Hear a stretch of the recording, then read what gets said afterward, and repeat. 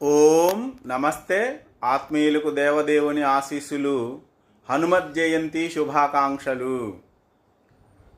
నేను ఏబిసి అనే ముగ్గురిని మార్కెట్లోకి పోయి ఒక వస్తువుని గురించి విచారణ చేసి రమ్మని చెప్పాను. ఏ అనే వ్యక్తి మార్కెట్కి పోయి తిరిగి వచ్చి మీరు అడిగిన ఆ వస్తువు ఈ మార్కెట్లో దొరకదు అని చెప్పేశాడు. బి అనే వ్యక్తి వచ్చి మీరు అడిగిన వస్తువు ఈ మార్కెట్లో దొరకదు కానీ వేరే మార్కెట్లో దొరికిద్ది, దాని ధర ఎక్కువగా అని చెప్పాడు. సి అనే వ్యక్తి వచ్చి మీరు అడిగిన వస్తువు ఈ మార్కెట్లో దొరక్కపోగా దానికి ప్రత్యామ్నాయ వస్తువు మరొకటి ఉన్నది, దానిని దీనిని సరిపోల్చి చూసినప్పుడు ఉపయోగాలు కూడా సమానంగానే ఉన్నాయి కాబట్టి ఈ ప్రత్యామ్నాయ వస్తువుని కొనవచ్చు అని చెప్పేసి ఆయన సి అనే వ్యక్తి చెప్పాడు. నేను పంపించిన ముగ్గురులో సి అనే వ్యక్తే నాకు బాగా మేలు చేసిన వాడయ్యాడు కదా.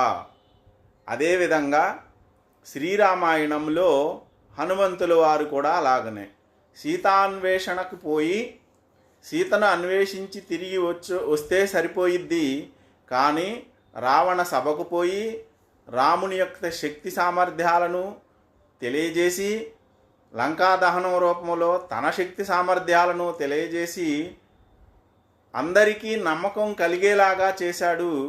తిరిగి వస్తూ మధువనంలో స్నేహితులతో కలిపి ఆనంద ఉత్సాహాలతో పాల్గొన్నాడు. ఈ విధంగా హనుమంతుని యొక్క బుద్ధి కుశలత మనకి తెలియవస్తా ఉంది.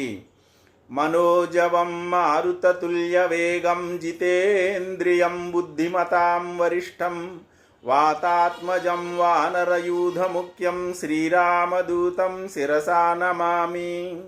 అతులిత బలదామం స్వర్ణశైలాభదేహం ధనుజవన కృషానుం జ్ఞానినామగ్రగణ్యం వాతజాతం నమామి.